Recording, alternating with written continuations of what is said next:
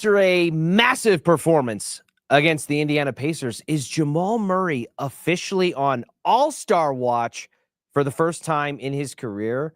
How are the Denver Nuggets going to continue to navigate their rotation with so many injuries starting to pile up within their starting five? And can the Denver Broncos, as they've done for basically 10 games now, find a way to continue their late game heroics and live on that razor's edge leading into a postseason push? All things to come on today's rundown. Thank you so much for joining us. While you're here, make sure you like and subscribe to our Denver Sports 1043 The Fan YouTube channel. You can find us at Denver Sports 1043 on YouTube, Instagram, and TikTok. And if you're watching us on X or on Facebook, we love you. We appreciate you. Like, comment, share, subscribe, and turn on those post notifications so that you never miss a moment with us. Tons and tons to get into today, starting with the Denver Nuggets. And I want to welcome in a friend of the program and new team member here at Denver Sports 1043 The Fan, CBS 4's Justin Adams, to break it down with me today. Justin, how's it going, man? Doing great. What's going on, Richie? How you doing today, my friend? I am doing well. I'm doing a little bit better than I was maybe 12 hours or so ago when we were kind of sweating out a little bit or doing some hand-wringing over this Nuggets-Pacers matchup where you have, on paper, Justin, a really bad, really banged-up Pacers team going up against what we think is a really good but really banged-up Denver Nuggets team. And there was kind of some speculation up in the air of, is Jamal Murray going to play? Is he not going to play? Should he play, given the fact that we've seen Jamal have some nagging and lingering injuries, and maybe it's just not worth it, and you try to get by? Well, thank goodness he did play, because he turned in a performance for the ages. Yeah. How about this? 10 of 11 from three, 52 points, was dominant the whole way through. You know you're doing good when you can actually sign autographs halfway in the game. Halfway in the game, we're going to go inside an autograph mid-game. Oh, and by the way, let me drop 52 points on your head. And it was needed for many reasons. Number one, it's great to see Jamal Murray just play well in November and December. Like, this is how you become an all-star. You have these type of performances. Now, the question is he going to have it carry over to February, also to March, April, for sure, May and June? Those are the questions that we all have as well, but it's a great start. The other side, too, is it's just great that the Nuggets are able to beat teams that they're supposed to, because for some reason, when they play at Ball Arena, the last 4 games, they haven't been able to get a dub there. And so to go on the road where they won 8 in a row now, just to get a win, extremely important for this team to get it done. It is extremely important. And frankly, it's a positive sign. And listen, I think it's great that you look at their road splits versus their home splits and how well they're playing on the road, which is really the only thing saving them with their poor play at home.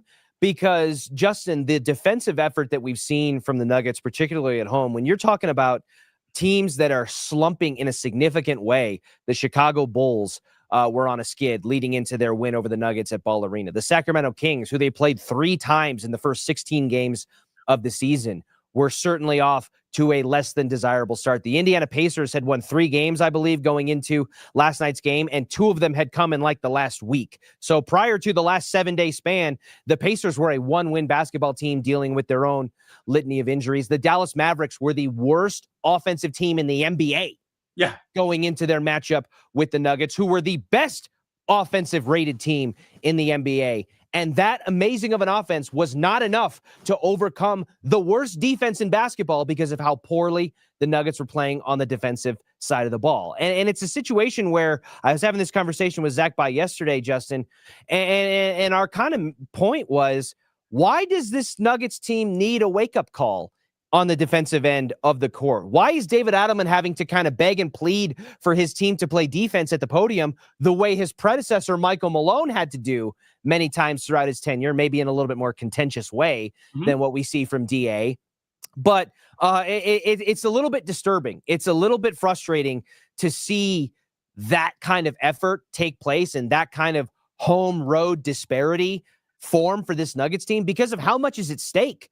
Right? I mean, this is a team that climbed the mountaintop just a handful of years ago, but despite doing that for the first time in franchise history, Justin, they know better than anybody just how difficult it is to get to that point. They've banged their head against that ceiling for years. They have been ousted from the postseason in the second round once by the Timberwolves in embarrassing fashion, Yes. and then running up against the buzzsaw that was the Oklahoma City Thunder and Aaron Gordon and Michael Porter Jr. all having injuries.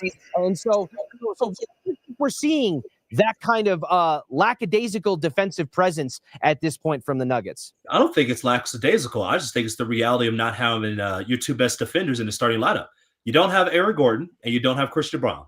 Like when you don't have Christian Brown there, I mean, it's the reality of who's going to be that guy who takes care of those point guards and shooting guards. Well, that's Christian Brown. Okay. Who's the guy taking care of those wing defenders? Well, that's Aaron Gordon's job.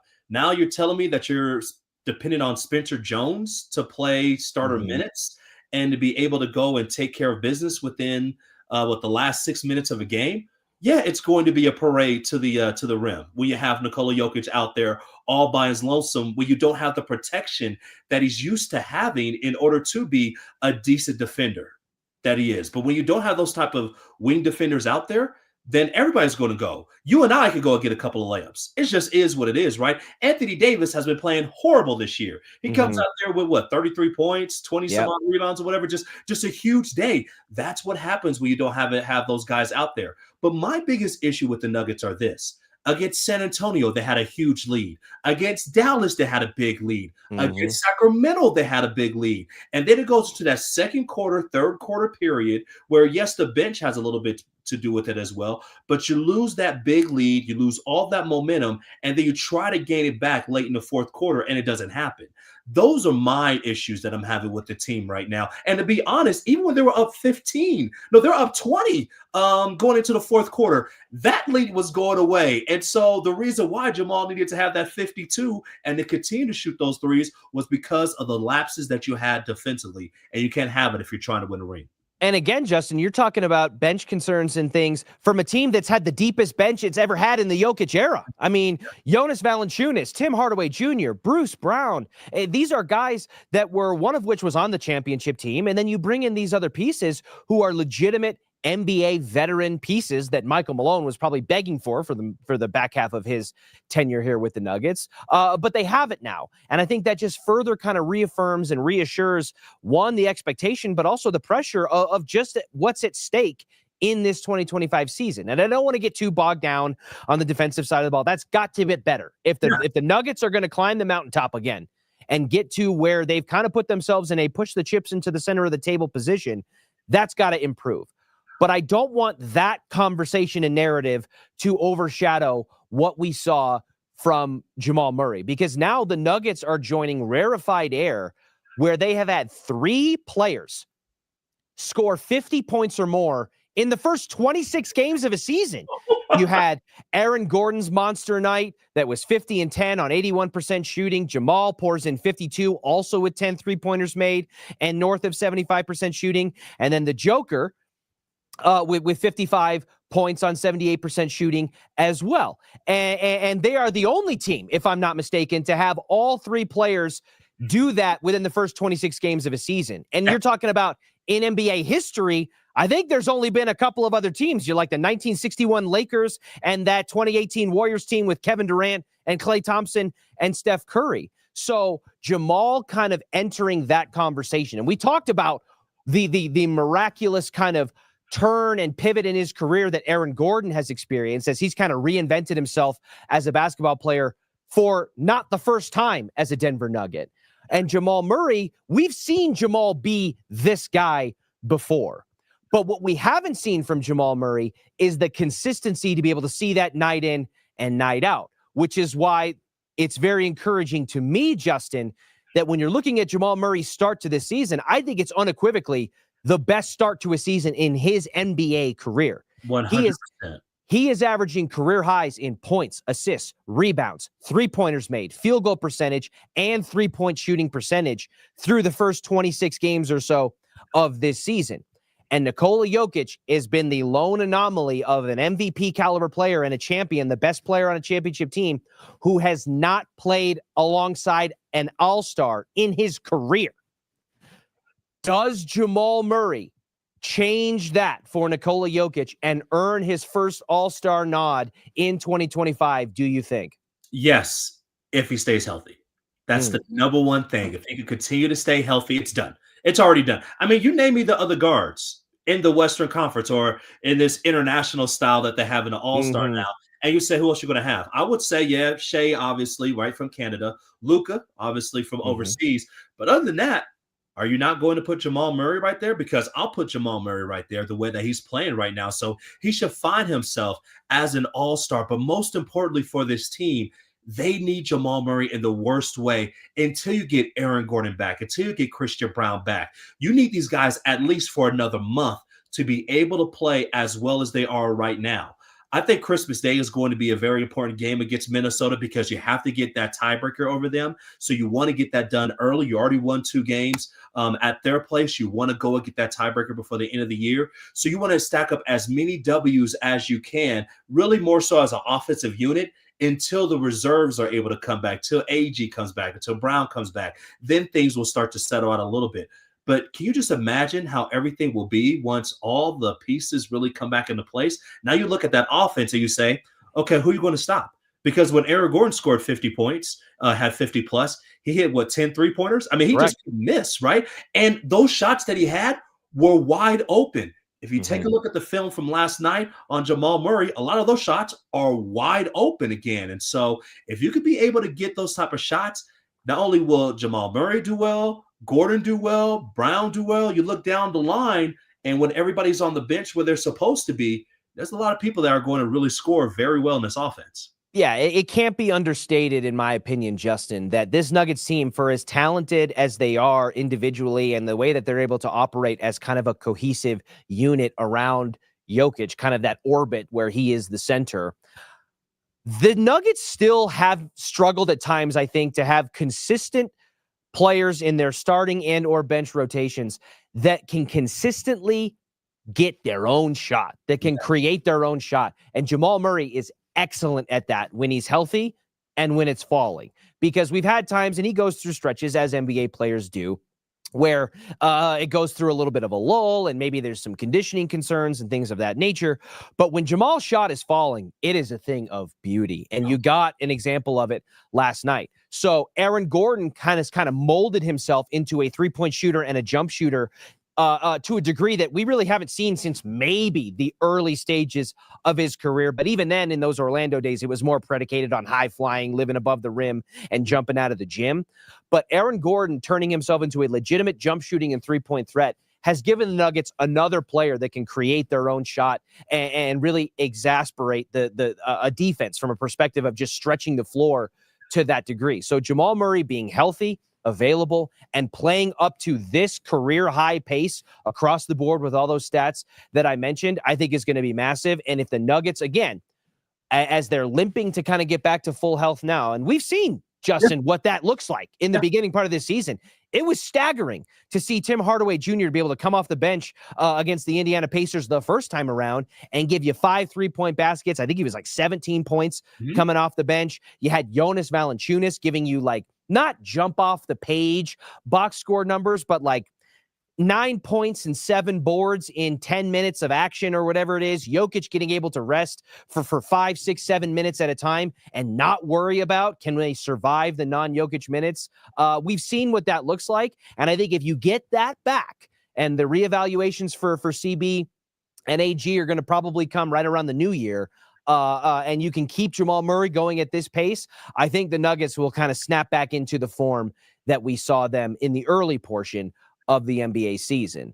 And then, I'm Go sorry. ahead. Go ahead. You fast forward the schedule now, then you talk about will you take on Oklahoma City, be around February will you do that, right? And so now you should have everybody at full strength for the most part. And when you have all systems firing, now you get a chance to see how you really are against the best team in the NBA. And the reality is this: when you look back at Game 7 of the Western Conference semifinals last year, what was the issue? The issue was OKC was able to pack the paint and no one else can shoot.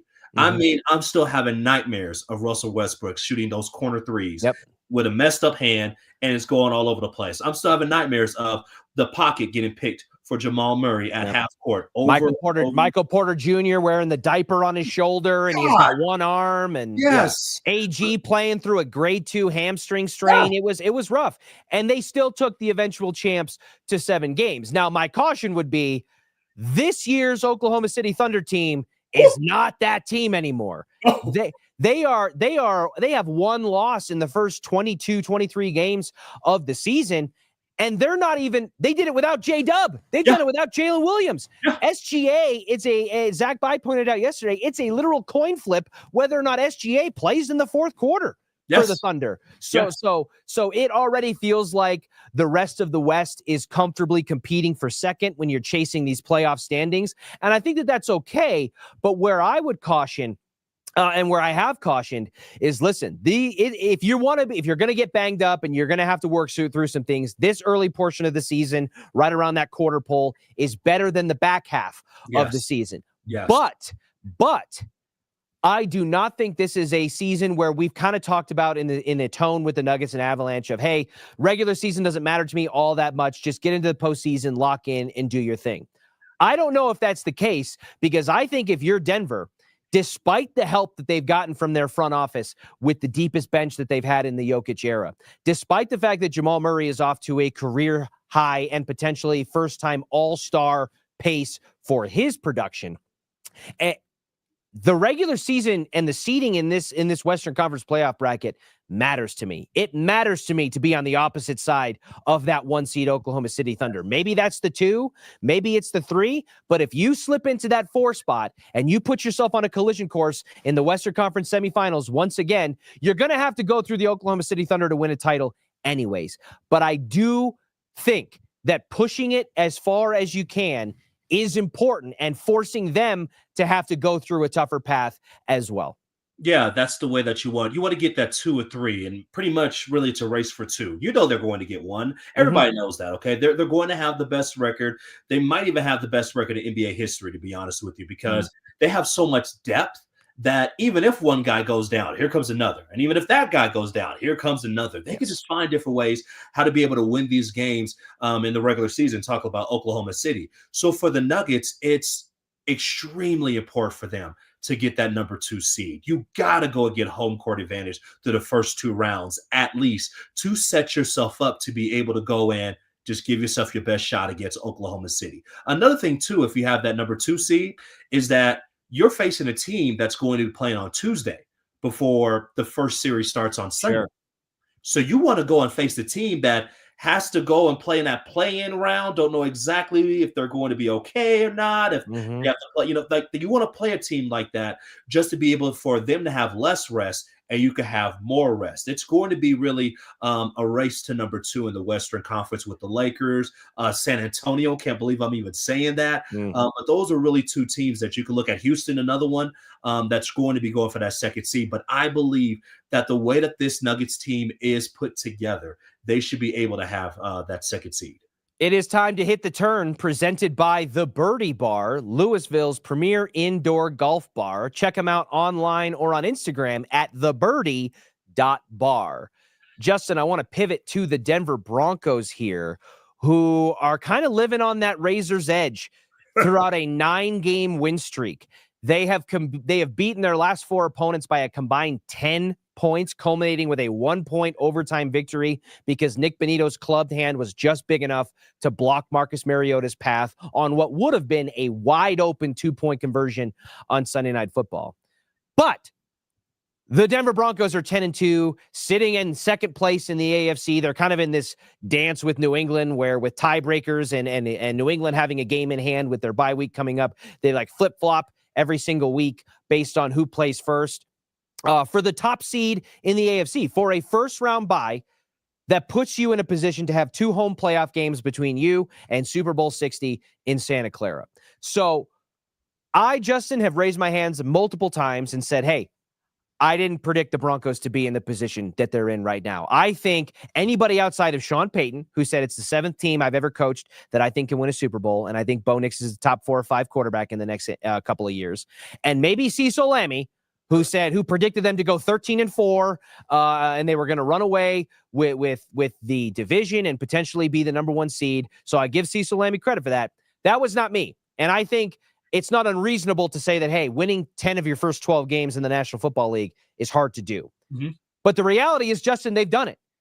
And the way they've done it has been fascinating because, and Andrew Mason put it out on denversports.com, the duality of man that is Bo Nix, where Bo Nix, in the final 2 minutes of a half or the game plus overtime, is the 6th best quarterback in the NFL by passer rating. Yes. Just outside the top 5. At all other points beyond the final 2 minutes of a half or overtime, he is the 26th best quarterback in the NFL by passer rating. So on one hand of the coin, you have a Bo Nix that is a fringe top 5 quarterback in crunch time. But every other time, he's not even in the top 25 in a league of 32. Yep. And what that has led to is the notion of the never say die Broncos with shades of Tebow mania in there, where it feels like it just doesn't go right, and that car is just sputtering down the track for quarter after quarter. But then when the lights come on and the moment arises, so does Bo Nix and the Broncos offense, and their defense, which plays at a championship caliber level, keeps the game just close enough to allow for it to happen. What has been your interpretation or evaluation of the Broncos overall as a team and the way they've been able to navigate the first 3 months of the NFL season? A team that loves being incomplete. 100%. I mean, they could yell it from Empower Field all the way to wherever they play. They are an incomplete team. And what I mean by that is they come out of the second half and the offense does nothing. Nothing. Averages 3 points. You can look it up for yourself. They average 3.3 points a game in the third quarter. I'll give you another stat when you talk about Bo Nix. Do you know he hasn't thrown a touchdown in the third quarter yet? Last year, he threw 8 touchdown passes in the third quarter. So think about that. Now I get it, right? The Broncos as a whole have only scored 4 touchdowns in the third quarter. What that tells me is this, is the urgency that this team needs in the third quarter when they come out of halftime is not there. And it needs to happen, or you'll find yourself in a playoff game at home and you'll go home early. You have to have that urgency throughout the game. And so this is something that I would like to see from this team. I would like to see them come out in the third quarter against the Raiders and to be able to establish a drive and score. That's all I want. I want to see them do that because we know they're going to win this game. Like they're going to beat the Raiders. That's not what I'm concerned about. What I'm concerned about is the next 2 games that you have at home. You have a Jacksonville team that is surprising at the tops of the AFC South. And before you play them, you have probably, to me, the best team in the NFL, the Green Bay Packers. And I know that the record might not be right there, but you look at what the Packers have. They have everything that you want, and they're getting healthy at the right time with a young quarterback too. So they have a great defense, and when Jordan Love is on, the Packers are as dangerous as anybody. Yes, they are. You know, honestly, it's a similar mold to the Broncos, where Jordan Love might be a little bit better overall and more consistent sometimes than what we see from most of the game of Bo Nix. But when Jordan Love is bad, it's bad. And when Jordan Love is good, man, the Packers look unstoppable with the defense they have behind them. That's kind of how we talk about the Broncos. It's kind of how we talk about the Philadelphia Eagles. When Jalen Hurts is clicking and that offense, either through Saquon in the run game or forcing the ball to A.J. Brown so he stays off of Twitter, that offense is humming and the Eagles look great. Right.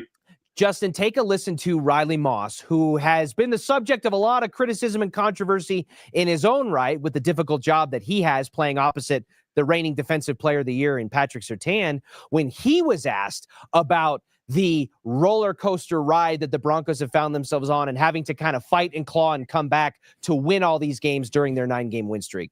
You know, I would go back and say, you know, that block last year, you know, with the Chiefs in Kansas City, I think that was kind of like the, you know, we're done. Like, it's time to change it. And, you know, the Eagles game this year was definitely a turning point for us. And you know, again, I'll say, like, we don't enjoy being that close at the end of the game. You know, I'm going to lose hair. I'm going to end up bald at 35. But when we get in that position, we've been in there and we know how to handle it. When we get in that position, we know how to handle it. And I think that's the truth. And we've heard Nick Bonito, Jonathan Cooper, and others say, like, hey, we know as a defense, if we can keep this game tight and close enough, Bo and those boys are going to go out there and win it. And Justin, as frustrating as it sounds when we're wanting to pull our hair out, because you mentioned coming out of the third quarter, how much the Broncos offense stalls and the lack of urgency or productivity that comes there. The same can be said about the opening drives of the game. Right. The scripted portions of the Broncos offense most often look the worst. And those are, in theory, the portions of the game that you as the offense have the most control over. You're not reacting and reading necessarily to as much. You're going into the game and trying to set a tone with a scripted set of plays coming out of these halves, and it just doesn't seem to translate quite yet. And conversely, they seem to be at their best when things are free, loose. It's a little bit more backyard football, and it's like, hey, guys, we got to go out there and make a play or we're going to lose this game. Yeah. And more often than not, they have.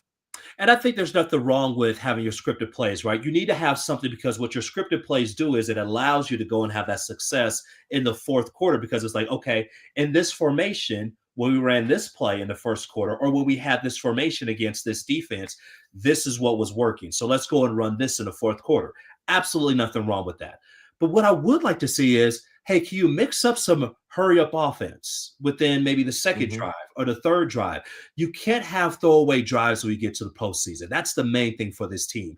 You can't have it like you had last week, where it said, okay, well, maybe, in the fourth quarter, we'll have a couple of drives there. We don't really have to worry about it. We have a lead. We're okay. And, oh, crap, now we're in overtime. Well, let's go and have our best drive of the day. Let's go 4 for 4, drive all the way down, and then score, right? Mm-hmm. You can't be able to have that in the playoffs. And I get it. I get the temptation that you've been able to go and find a formula to be successful and win. But you have to figure out different ways to mix it up so that your team can put some more points on the board. The other thing, too, is you got to start finishing in the end zone. You can't keep kicking field goals. Last week, your first 2 drives ended in field goals, right? You have to go and end with touchdowns. There's an old rule that I follow by is this: if you settle for field goals, you will lose. Once you get to the postseason, where one team puts up 7 and you put up 3, you'll find yourself going home. I'm going to ask you, Justin, the same question that I asked Zach by yesterday, and you touched on it a little bit there.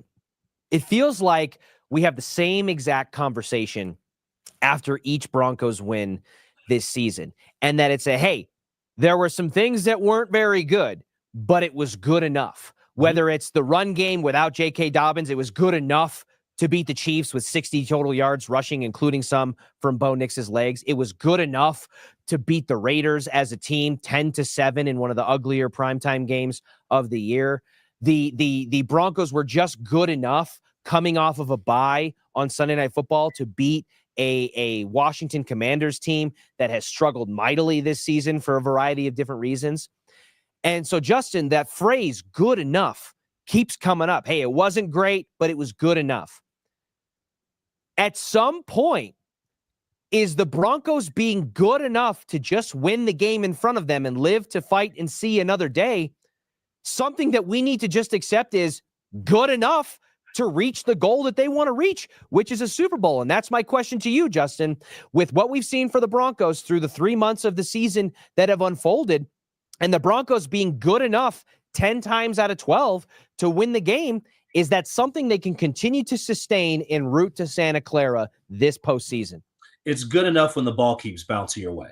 It's good enough when you continue to play against teams who have their second-string quarterbacks in, right? Even when you played Houston, C.J. Stroud got knocked out early in that football game, Correct. And then you were able to go and take on the backup, and then you were good enough to keep that game close and then to win that game at the end, right? It's good enough to when you're even in the fourth quarter against the Giants and it looks like nothing's going to go your way, and you find a way how to go and get a turnover. You find a way how to turn this game around and then to win that ball game, right? Good enoughs are all fine and dandy to get you into the postseason. But when everybody's record is 0-0 and it's sudden death, good enough won't be good enough. Good enough will get you sent home. Yeah, I tend to agree with you, to be honest with you.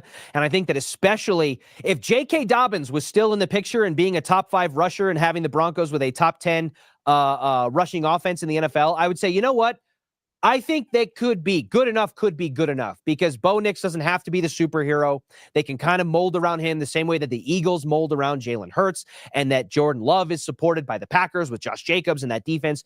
It can be good enough because it's been good enough. But if J.K. Dobbins is going to be out, which we assume for the remainder of the season, certainly, and maybe even the remainder of the postseason because they're leaving just a little bit of hope. If that's going to be the case, the defense can only do so much. And they've done the lion's share of that work so far up to this point. But R.J. Harvey, Jaleel McLaughlin, and Tyler Bidet, to me, are not going to be able to replicate what you were getting from J.K. Dobbins. I just don't believe it. I just don't see it. And even if they were to add somebody, Justin, I don't think that somebody jumping on this moving train at this point is going to suddenly revolutionize their backfield. I just don't think it works quite like that most of the time, which means that Bo Nix, as a quarterback, whether through a combination of his legs and maybe his arm, is going to have to overcompensate for that. So I think the Broncos absolutely can win a Super Bowl in 2025, something I did not say at the beginning of the season. Whether they will, whether they won't, remains to be seen, but they absolutely can. And in order to do it, I think you're going to have to see a little bit more of an elevated Bo Nix going into the back nine of his sophomore season in the NFL to make it happen. Yeah, and I will also like to see the defense get some turnovers as well, because the defense hasn't gotten a lot of turnovers this season. It's kind of weird when you look at the Broncos and the Green Bay Packers, two teams that have really good defense. They really don't have a lot of turnovers, but then you look at the Chicago Bears and they lead the league in getting takeaways. I think the unprecedented sack production that you're getting for the Broncos hurts them in the turnover category, because if you want the quarterback to turn the ball over, stop throwing him to the ground 50, 60 times through the first 12 weeks of the season. Make him throw a bad pass, but don't tackle him, kind of thing. So it's like, you pick your poison a little bit. You don't want to have less sacks with the production and the pressure that they've been producing, but a couple of turnovers, maybe some tip drills and things certainly would be nice. Justin, that is all the time that we have for today. Thank you so much for joining us. We appreciate everything you're doing over at CBS. We're excited to have you on board as one of our fill-in talent here at the radio station, and we will definitely link up again soon. My brother, I appreciate you, Richie. Thank you so much, man. Have a great day. You as well. To the rest of you out there, have a wonderful rest of your Wednesday. Is it Wednesday today? Thursday. I don't even know what day it is. Have a wonderful rest of your Thursday afternoon. We will catch you tomorrow at noon for the next rundown. I do what I love what I do. Second nature.